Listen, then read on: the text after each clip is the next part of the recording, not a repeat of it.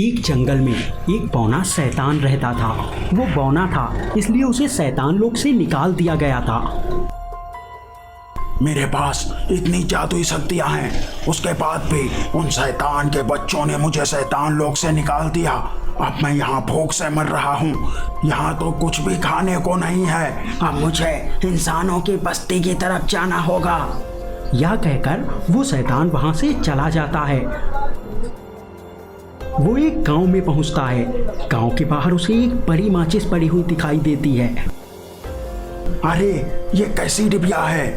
तभी बौने शैतान को एक आइडिया आता है। अब मैं इस डिबिया से एक गाड़ी बनाऊंगा और उसी में गांव के जानवरों को पकड़ कर ले जाऊंगा।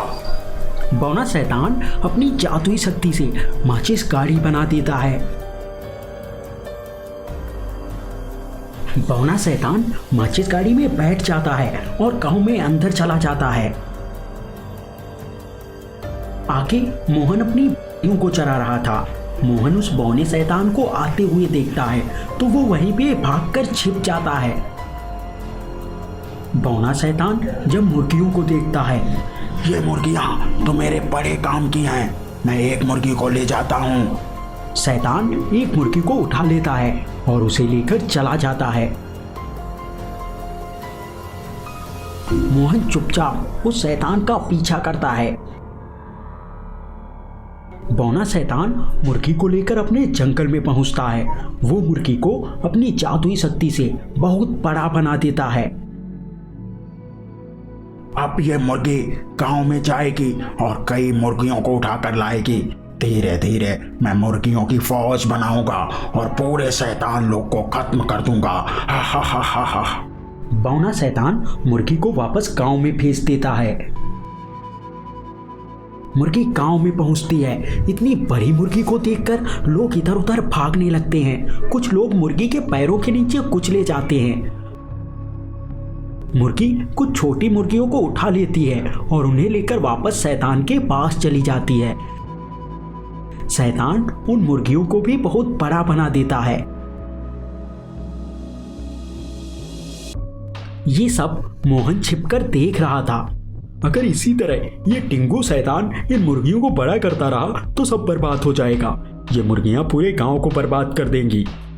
मोहन वहां से दौड़ता हुआ चला जाता है। रास्ते में एक परी उड़ती हुई जा रही थी। जब वो मोहन को दौड़ते हुए देखती है तो मोहन के पास आ जाती है। अरे बच्चे, इतने दुखी होकर कहाँ भाग रहे हो? तो मोहन परी को पूरी बात बताता है। तुम चिंता मत करो, चलो मेरे साथ। परी मोहन को लेकर शैतान के पास चली जाती है। ए बौने शैतान, तू क्या कर रहा है? इस तरह अगर तूने सभी मुर्गियों को बड़ा कर दिया तो ये सभी को खा जाएंगी। परी, मेरे रास्ते में मत आ। मैं शैतान लोक में नहीं जा सकता क्योंकि मैं बौना हूँ और मैं इसका बदला लेके ही रहूंगा। तुम अपने बदले के लिए मासूम इंसानों को क्यों मारना चाहते हो? मैं तुम्हें बड़ा कर सकती हूँ और तुम शैतान लोक भी जा सकते हो। अगर ऐसा है तो मैं इन सभी मुर्गियों को छोटा कर दूंगा। परी अपनी जादुई शक्ति से शैतान को बड़ा बना देती है। बड़ा होकर शैतान बहुत ज्यादा खुश था। वो उन सभी मुर्गियों को छोटा कर देता है। फिर वो शैतान वहां से उड़ता हुआ शैतान लोक की तरफ चला जाता है। तो अगर आप ऐसी और कहानियां देखना चाहते हैं तो चैनल को सब्सक्राइब कर लीजिए। पास वाले बेल आइकन में ऑल सेलेक्ट कर लेना। Thank you. सीतापुर नाम का एक प्यारा सा गांव बसा हुआ था। उस गांव में यश नाम का एक लड़का रहता था। एक दिन वो अपने गांव के पास से गुजर रहा था। तभी उसने देखा एक सांप पत्थर के नीचे दबा हुआ था और बेचारा निकल नहीं पा रहा था। यश उसके पास जाता है और पत्थर को उठाकर दूर फेंक देता है। सांप को काफ़ी आराम मिला। सांप बोलने लगता है, तुमने मेरी जान बचाई है, तुम जो चाहो मुझसे मांग सकते हो। तो यश कहता है, मुझे पंख चाहिए जिससे मैं उड़ सकूं। नाग अपनी शक्ति से यश को पंख देता है। फिर नाग वहां से चला जाता है और यश भी पंख लेकर अपने घर की तरफ चल देता है। घर पहुंचकर उसके पिता उससे कहते हैं, ये पंख तुम्हें कहाँ से मिले? यश अपने पिता को सारी बात बताता है। उसके पिता कहते हैं, इससे तुम सबकी मदद करना और कभी कोई गलत काम मत करना। यश कहता है, ठीक है। उसी गांव में आसमान में दो चोरों ने एक आइलैंड बना रखा था। वो दोनों जो भी सामान चोरी करके लाते थे वो सारा सामान वही आइलैंड पे रखते थे, फिर उसे बेच दिया करते थे। दोनों चोरों के पास एक हेलीकॉप्टर भी था। दोनों उसी हेलीकॉप्टर से नीचे गांव में चोरी करते थे। एक दिन यश कहीं उड़ता हुआ जा रहा था। चोरों ने यश को उड़ते हुए देख लिया। एक चोर बोला, अगर हम ये पंख चुरा लें तो आराम से गांव में चोरी किया करेंगे और फिर आराम से उड़ते हुए अपने आइलैंड पे चले जाएंगे, कोई हमें पकड़ भी नहीं पाएगा। दूसरा चोर बोला, आज से हम इस पे नजर रखेंगे और मौका मिलते ही ये पंख लेके हम फुर्र से उड़ जाएंगे। तब तक यश अपने पंखों को साइड में रख देता है और वहीं बेड पर लेटकर सो जाता है। एक चोर चुपके से वहां पे आता है और पंखों को चुराकर चुपचाप वहां से चला जाता है। वो अपने साथी के पास जाकर बोला, पंख तो एक ही है, फिर हम दोनों उड़कर आइलैंड पे कैसे जाएंगे? इससे तो सिर्फ मैं उड़ सकता हूँ। हम ये पंख घर में लगा देते हैं, फिर हम उस घर के साथ ऊपर जा सकते हैं।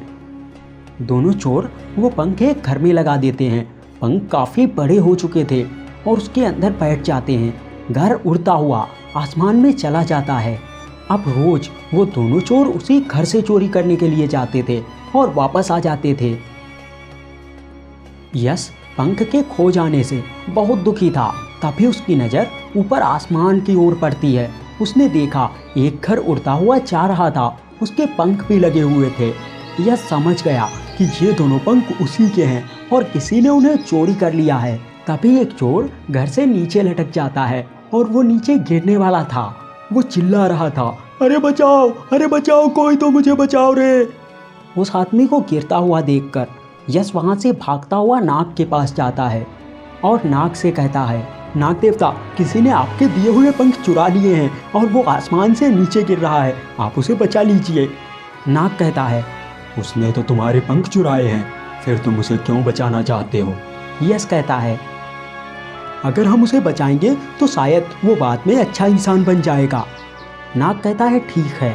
नाग अपने मुंह से एक शक्ति निकालता है जिससे वो दोनों चोर वहाँ पे प्रकट हो जाते हैं और यश को भी उसके पंख वापस मिल जाते हैं। नाग यश से कहता है, अब ये पंख तुमसे कोई चोरी नहीं कर सकता। इन पंखों को मैंने हमेशा के लिए तुम्हारे शरीर से जोड़ दिया है। दोनों चोर यश से माफ़ी मांगते हैं और यश वहाँ से उड़ता हुआ अपने घर चला जाता है। तो दोस्तों, आपको ये कहानी कैसी लगी हमें कमेंट करके बताइए और अगर आप ऐसी और कहानियाँ देखना चाहते हैं तो चैनल को सब्सक्राइब कर लीजिए। पास वाले बेल आइकन में ऑल सेलेक्ट कर दीजिए। Thank you.